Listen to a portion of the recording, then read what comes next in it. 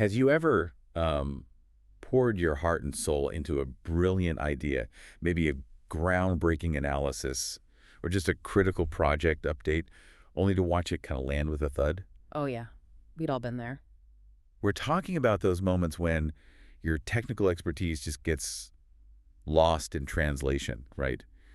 And your audience just doesn't quite get it. Mm-hmm. Today, we're really plunging into that exact challenge. You've sent us a really insightful collection of articles, some research in your own notes, all focused on, well, a single vital question. Mm-hmm. How do we bridge that gap between deep technical knowledge and, non-technical understanding? It's a huge gap sometimes. Our mission today is to unearth the most potent insights from these sources, pull out the practical strategies, and maybe some surprising facts that will equip you with the tools to make your messages land with clarity, impact, and a genuine connection. Yeah, because ultimately your brilliant ideas really deserve to be understood, acted upon, and definitely not lost in that maze of miscommunication. Totally. And that lost in translation feeling is, well, exactly where so many technical professionals find themselves.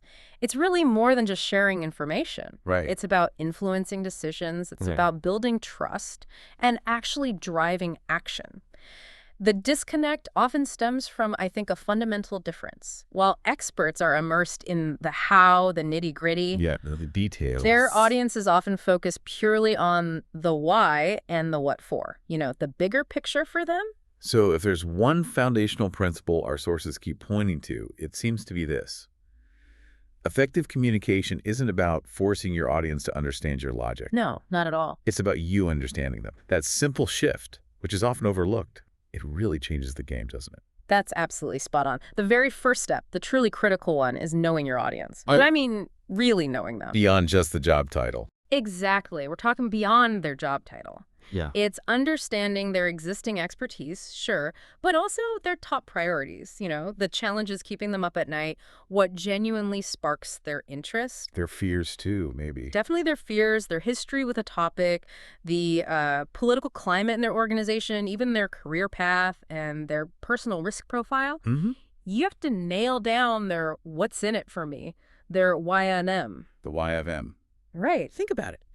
If you're briefing a decision maker on some new tech project, your whole approach shifts depending on whether they want to be seen as an innovator or if they're fundamentally risk averse. Ah, okay. Same tech, different pitch. Exactly. The underlying facts might be identical, but your key points, the story you build around them, completely different. That makes perfect sense. Right. The YIM is like the ultimate lens. And one of our standout sources, Shelley Rowe, she expands on this. She introduces what she calls the 4 C's of technical communication. Yes, those are great. Essential principles for making your technical message actually stick. So what's the first one? The first C is clarity of purpose.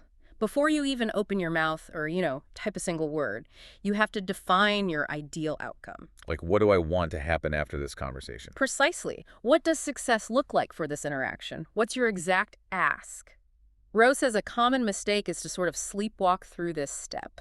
Guilty as charged sometimes. Without a clear purpose, you're basically just talking at them. Right. And you might think, well, I know what I want, but actually writing it down, like boiling it down, often reveals fuzzy areas. It really does. The second C, then, is context of the audience, which I guess we just covered, but it's worth hitting again. It's so vital, yeah. You really need to dedicate time to stepping into their shoes. What are the practical consequences of this decision for them specifically? Okay, purpose, context, what's third? Moving to the third C, conciseness of content. This is where, well, many technical experts struggle, myself included sometimes. We love our details. We do. We have all the details, all the nuances, and we want to share everything. But like Benjamin Franklin famously said, I have already made this paper too long, for which I must crave pardon, not having now time to make it shorter. Huh. That's brilliant. It's actually harder work to be shorter. It takes real effort to distill your message down to its absolute core. Ask yourself, what's the one thing you absolutely need your audience to remember when they walk away? Just one thing. That's a tough discipline. Okay, and the final C, The final C is collaboration with your audience. Communication isn't, a one-way street. It's not a broadcast. Right, not just presenting to them. You are communicating with them. This means putting just as much energy into listening, understanding their concerns, answering their questions, gauging their reactions. Reading the room. Exactly. As much energy on that as you do on delivering your carefully crafted message. If you're not getting feedback, if there's no back and forth, you're not truly communicating.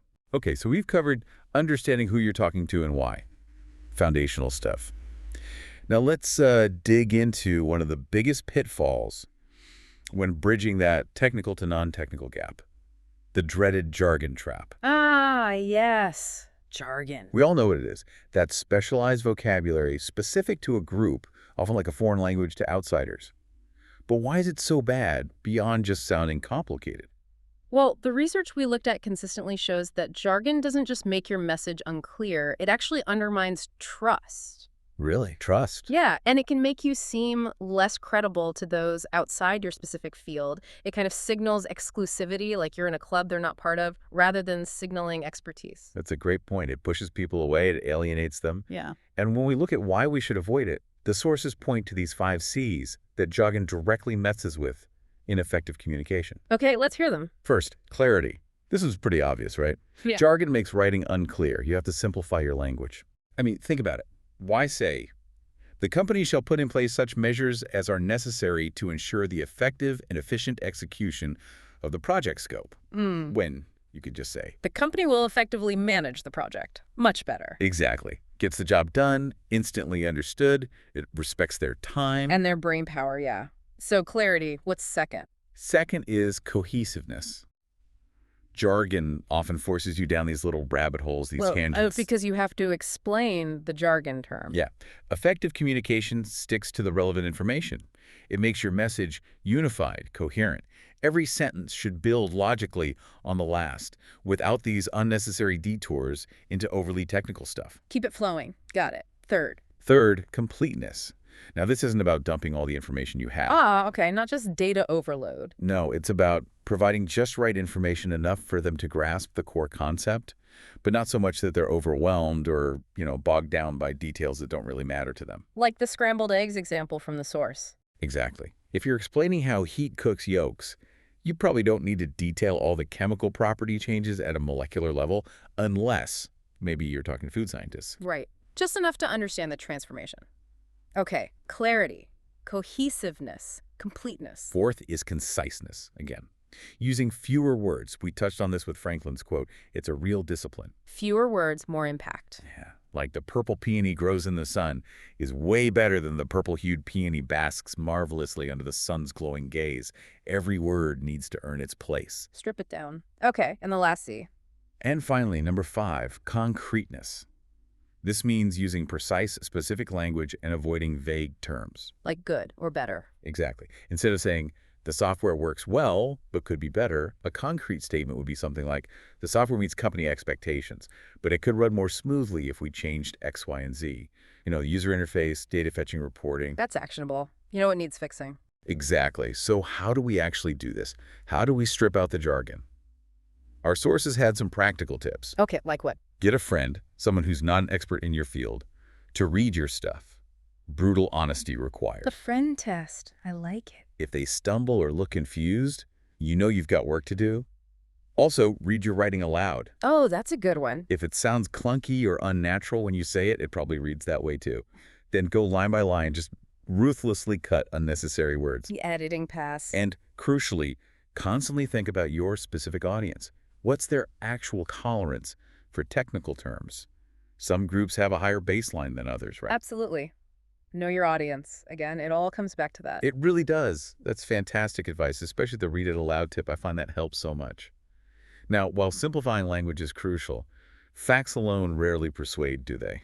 Usually not, especially with complex stuff. This is especially true with technical topics. What truly moves people, what makes information memorable and, well, sticky, are stories. Stories are incredibly powerful. They tap into emotions, they introduce relatable elements. Our brains actually release chemicals like dopamine and oxytocin when we hear a good story, which enhances memory and empathy. Wow. Okay, so it's brain chemistry. Pretty much. And our sources outline 3 really compelling ways to weave storytelling into your technical communications. First, get personal. Meaning? Introduce a relatable human character. One source mentioned a cancer specialist, a Pulitzer winner, who had a rule for his writing. You can't go 6 pages without meeting a real human character. That's specific. 6 pages. Right. Think about it. If he started his really complex history of cancer not with data, but with, say, Carla Reed, a kindergarten teacher diagnosed with leukemia, readers are immediately drawn in. The science becomes personal. That makes a huge difference. It grounds the abstract. What's the second way? Second, don't cut the details. Now, this might sound like it contradicts conciseness, Yeah, I was thinking that. but it's about the right details. Vivid, specific details are incredibly persuasive. They make stories stick and evoke emotion. Instead of just stating facts, you paint a picture. Give me an example. Okay, going back to Carla Reed. The source mentioned the detail about her mother, red-eyed and tearful, just off an overnight flight, burst into the room and then sat silently in a chair by the window, rocking forcefully. Oh, wow. Yeah, you can picture that. That specific image connects you emotionally to the situation way more than just saying her mother was upset. It's these small, specific details that make the bigger, complex information memorable. So it's about choosing resonant details, not just more details. Okay. And the third way. Third, create a moment. Narrow your focus down to a specific point in space or time. This takes your audience from general, abstract concepts to a compelling, relatable scene. Like a zoom-in effect. Exactly. Imagine Sidney Farber, a pioneer in childhood leukemia treatment, impatiently waiting for a parcel in his lab back in 1947. The source described it as he tore it open, pulling out the glass vials of chemicals. He scarcely realized that he was throwing open an entirely new way of thinking about cancer. That's cinematic. Right. That single vivid moment pulls you in and makes you care. It connects you emotionally to a scientific breakthrough that changed medicine far more than just stating the discovery itself. That's fascinating how a human element, a few well-chosen details, a specific moment, can just transform dry technical data into something impactful. And speaking of transformation, making the invisible visible. Let's talk visuals. Ah, yes. Huge. Visuals are an absolute game changer for simplifying technical info. The science here is really compelling. Our brains process images something like 60,000 times faster than text. 60,000. That's staggering. Isn't it? And people remember 80% of what they see versus only 20% of what they read. That explains a lot about PowerPoint fatigue versus a good infographic. Totally.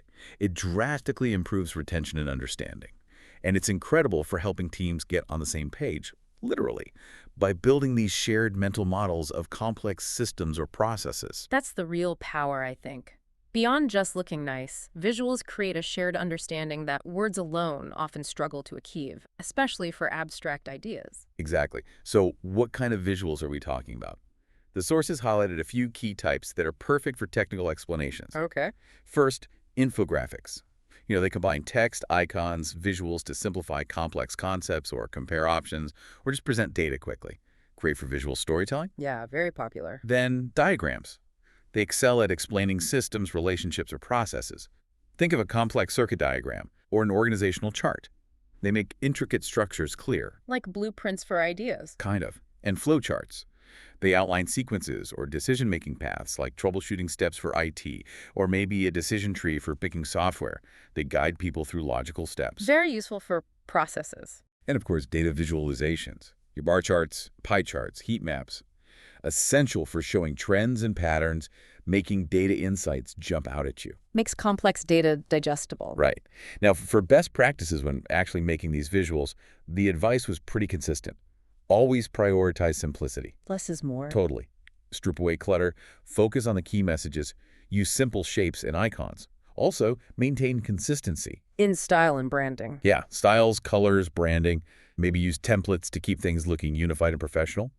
And, critically, ensure accessibility. Oh, important. How so? Use high contrast colors, provide alt text for images and captions for videos, test for inclusivity. Make sure everyone can understand your message, regardless of ability. Good point. Often overlooked. The evidence is clear. Visuals are just way more effective than words alone. They improve information synthesis by something like 36% and make content easier to learn and remember. So, a powerful tool in the communication arsenal. Definitely. Okay, so we've talked about crafting your message, using stories, using visuals, delivering it powerfully. But what about the other side of the coin? Receiving the message. Exactly. Let's shift gears now to active listening. It's a crucial skill, the sources emphasize, that goes way beyond just, hearing words. It's about actively processing and understanding the meaning and the intent behind what someone is truly saying. I think many of us, myself included, believe we're good listeners, but often we're just kind of waiting for our turn to speak, planning our response. That's very common. Our brains are wired that way. So what's the real impact of truly active listening? Oh, it's transformative. It keeps you engaged, sure, but more importantly, it makes the other person feel genuinely heard and valued. That strengthens relationships across the board, family, friends, colleagues. Especially at work, right? Definitely. For supervisors, it's critical. Good listening can dramatically improve collaboration, reduce misunderstandings, even prevent errors, especially in high-stakes fields like healthcare. And just in social situations, it builds rapport. It can even help if you feel socially anxious. Okay, so it's clearly important. How do we actually do it? What are the techniques? Well, the sources we reviewed laid out 7 pretty powerful techniques. First, and maybe hardest, be fully present. Put the phone away. Absolutely. Put away devices, ignore distractions, and this is key, shut down your internal dialogue. Stop planning your reply. Focus all your senses on the speaker. That internal chatter is tough to silence. It really is. Second, pay attention to nonverbal cues. Right. Remember, something like 65% of communication is unspoken. Wow, that much. Yeah. Notice body language. Are they talking fast or slow? Arms folded? Look at facial expressions. And remember your own body language. Use open, non-threatening gestures, smiling, leaning in a bit, nodding to encourage them. Makes sense. Third, Keep good eye contact. It shows you're present, engaged. The sources suggest the 50-70 rule. 50-70. Yeah, maintain eye contact about 50% of the time when you're speaking and about 70% when you're listening. And hold it for maybe 4 or 5 seconds at a time, then briefly look away. Avoid staring intensely. Okay, natural, not creepy. Got it. Fourth technique. Fourth, ask open-ended questions. Avoid questions that just get a yes or no. Encourage them to elaborate. Oh. Ask things like, can you tell me more about that? Or what did you think about X? Or how did that make you feel? It signals genuine, deeper interest. Did some talking more. Okay. Fifth, reflect what you hear. This means paraphrasing what the person said to check your understanding and validate their feelings. So, like, what I'm hearing you say is... Exactly. Or, so if I'm understanding correctly, you're frustrated about the situation because of why. This catches miscommunications early and shows you really process their message. Yeah, it's really helpful. Number 6. Sixth, be patient. This is a big one. Allow the person to speak without interruption. Don't try to finish their sentences for them, even if you think you know where they're going. Or resist the urge. Yes, don't prepare your reply while they're still talking, and don't just abruptly change the subject when they pause. Just be a sounding board. Let there be silence sometimes. Patience. And the last one? And seventh, withhold judgment. This is crucial for creating a safe space. Remain neutral and non-judgmental, even if you disagree. Even if you think they're totally wrong. Even then, practice empathy. Try to see it from their side. Accept their perspective as their perspective. Notice your own judgmental thoughts and just gently set them aside during the conversation. That requires some self-awareness. Those are really tangible steps. Could you maybe walk us through a quick example of how that might sound? Sure. Let's use the Lisa and Jody example from one of the articles. Imagine Lisa starts, I'm sorry to dump this on you, but I had a fight with my sister and we haven't spoken since. I'm just really upset and don't know who else to talk to. Jody, practicing active listening, might say, oh, no problem at all. Tell me more about what happened. That's an open-ended question. Right. Lisa explains, well, we were arguing about our parents' anniversary party.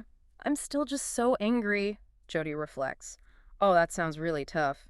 So you're feeling a lot of upset because of the argument and the silence between you two now? Reflecting what was heard. Okay. Showing she understood the core feeling. Exactly. Lisa continues.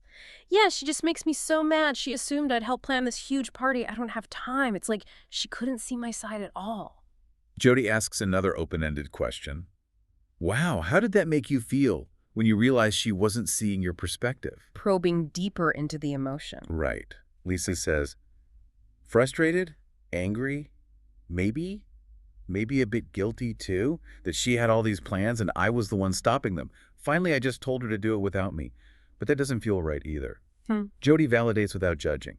It sounds really complicated, like you're navigating a real mix of feelings about the whole situation, withholding judgment. Yeah. And Lisa might conclude, yes, I guess I am. Thanks for listening. I really just needed to vent.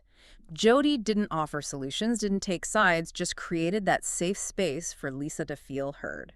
That's a great demonstration. It really shows how simple yet powerful those techniques are.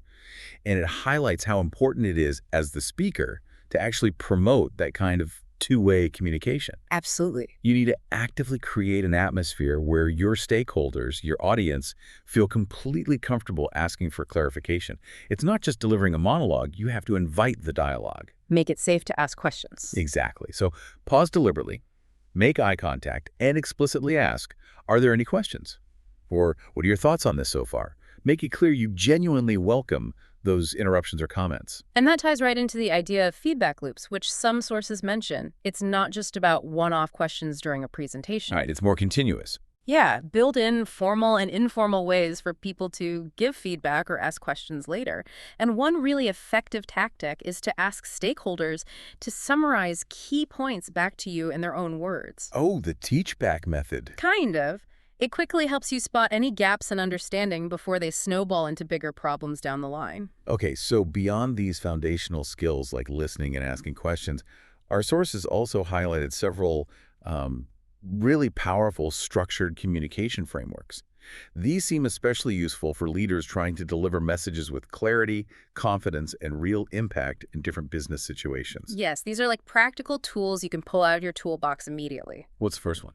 The first one mentioned frequently is what. So what? Now what? It's incredibly effective for presenting information, extracting the meaning, and then driving action. Okay, break that down. The what just states the facts, the data. The so what explains the significance, the implications, why it matters. And now what outlines the next steps or the recommended actions. Can you give an example? Sure. Imagine a CTO giving a quarterly review on cloud migration, they might say. Our migration is 75% complete. That's the what. Okay, fact.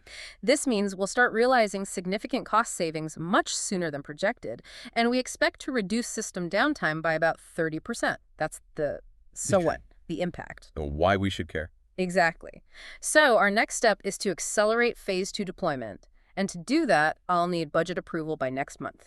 That's the now what, the action needed. That's beautifully clear and concise. Okay, what's next? Next up is BLUF, or bottom line up front.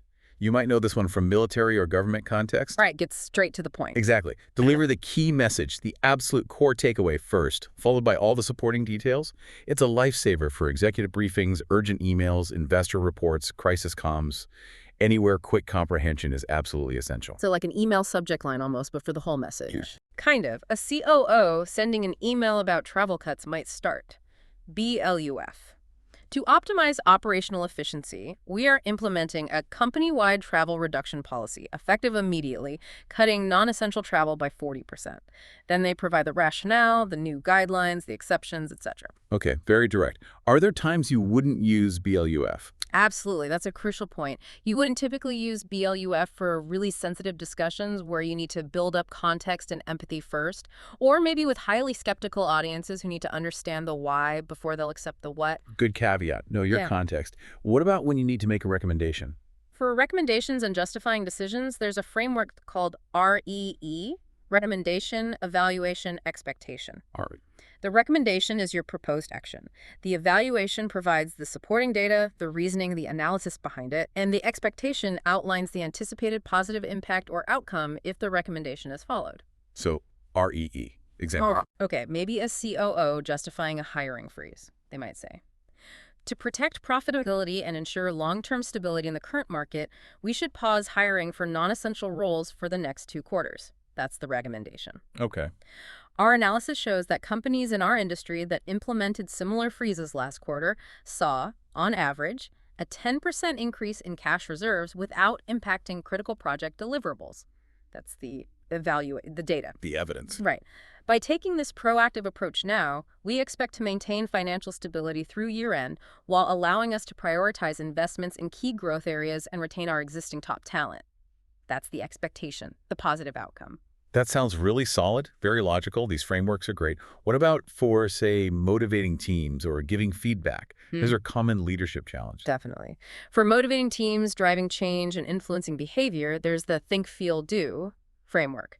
It aims to align your message with logic, emotion, and action. Think, feel, do. Think is what you want the audience to understand intellectually, the logical part. Feel is how you want them to respond emotionally. You need their buy-in, right? And do is the specific, concrete action you want them to take. Okay, let's see it in action. All right, imagine that COO again, this time introducing a new AI workflow system, they could say. This new AI-driven workflow system is projected to reduce manual data entry tasks by about 40% across the department, freeing up your valuable time for more strategic analysis and client interaction.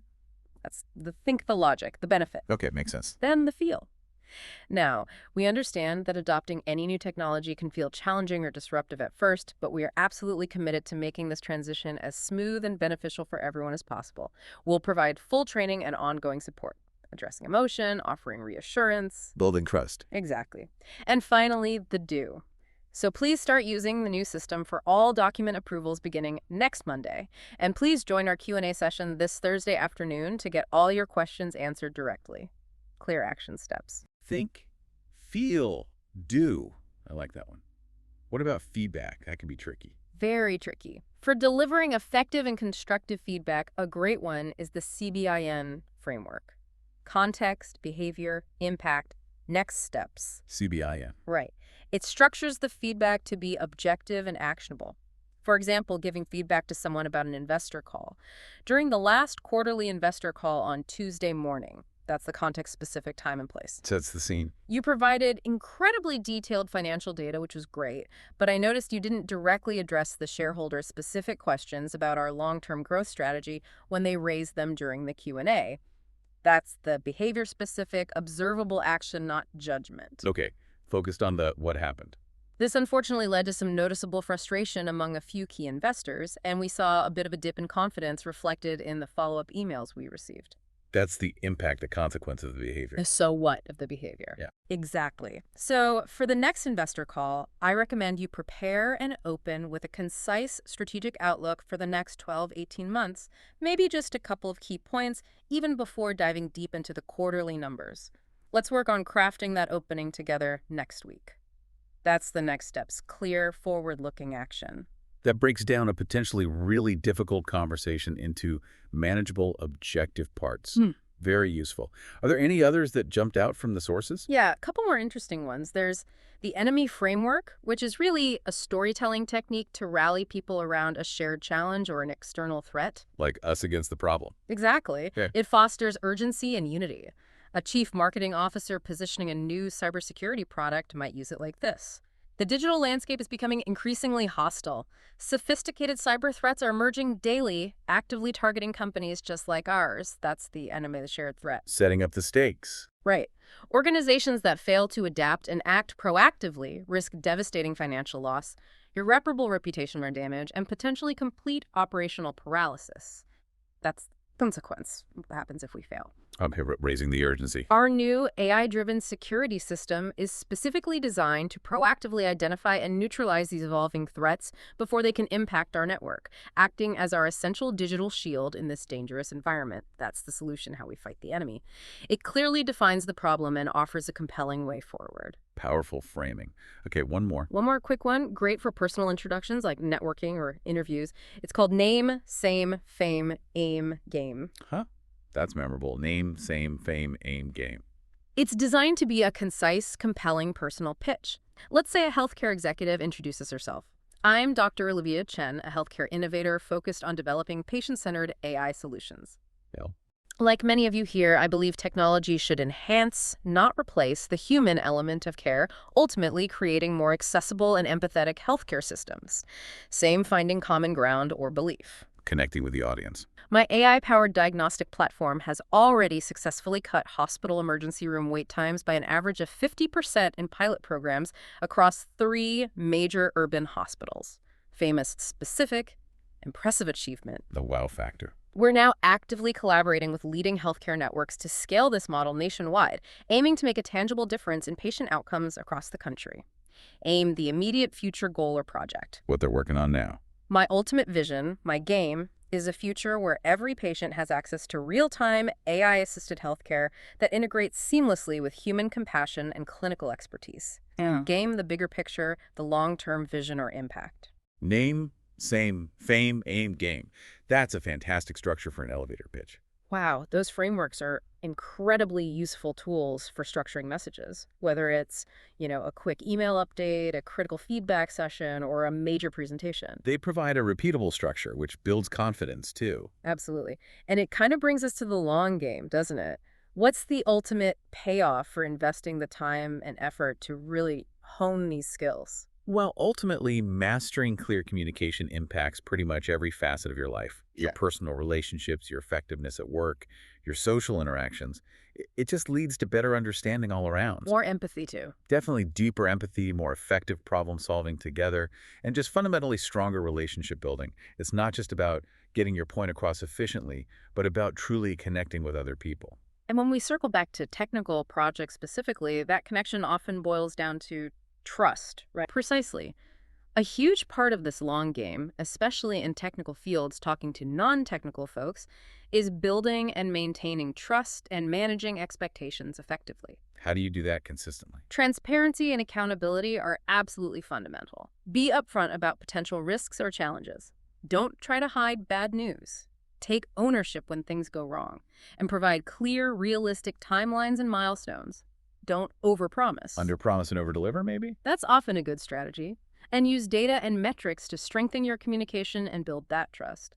Things like real-time performance dashboards or transparent project roadmaps can make a huge difference in keeping stakeholders informed and confident. That makes sense. Yeah. Okay, but what if you encounter resistance? That's a common fear, I think, for technical people trying to introduce new ideas or changes to a non-technical audience who might be wary. Oh yeah, resistance is absolutely normal. You should expect it sometimes. Non-technical stakeholders might resist change for lots of reasons, maybe apprehension about the unknown, the perceived complexity, sometimes even a fear of how it impacts their job, especially with automation or AI. So how do you handle that resistance constructively? The key, according to the sources, is to involve them early. Don't spring things on them. Bring them into the decision-making process where appropriate. Maintain really open lines of communication. Don't shut down discussion. No, definitely not. Discuss their concerns head on. Listen actively, validate their feelings, remember active listening, even if you don't necessarily agree with their conclusions. Show you understand their perspective. And maybe offer proof. Exactly. Offering concrete examples, live demos, or even running small pilot programs can be incredibly effective. It helps build their confidence, it demystifies the technology, and it gives them a chance to see the benefits firsthand. It makes the change feel less scary. It humanizes the tech, maybe? That's a great way to put it. So, reflecting on everything we've dug into today, Mm-hmm. what does this all mean for you, the listener? I think the big takeaway is that mastering these communication skills, understanding your audience, simplifying language, telling stories, using visuals, listening actively, using frameworks, it's truly an ongoing journey. It's not a one-and-done thing. No, it takes consistent practice, self-reflection, patience, but the rewards seem pretty significant. It's not just about the success of your immediate project. It's really about building those crucial long-term relationships, fostering trust, and ultimately elevating your professional standing and impact, whatever your field. Absolutely. And as you, the listener, reflect on all these insights and techniques we've shared today, maybe here's a final provocative thought to mull over. Consider how many potentially valuable truths or innovative solutions you might have dismissed in your own past. Simply because they weren't communicated in a way that resonated with your specific context, your priorities, or maybe even your fears at the time. What hidden gems, what missed opportunities might you now uncover by applying these new lenses, understanding the audience, looking for the story, listening differently to the information constantly coming at you? That's a really powerful way to frame it. Makes you think about your own receiving end of communication. So as you go about your week, we really encourage you to reflect on these principles. Actively look for opportunities, big or small, to apply them in your daily interactions. Practice makes perfect, or at least better. Exactly. Whether it's explaining a complex topic at work, trying to persuade a stakeholder, or maybe just connecting a bit better with someone you care about, ask yourself, what specific communication challenge will you tackle first, maybe using just one of the techniques or frameworks we've discussed today?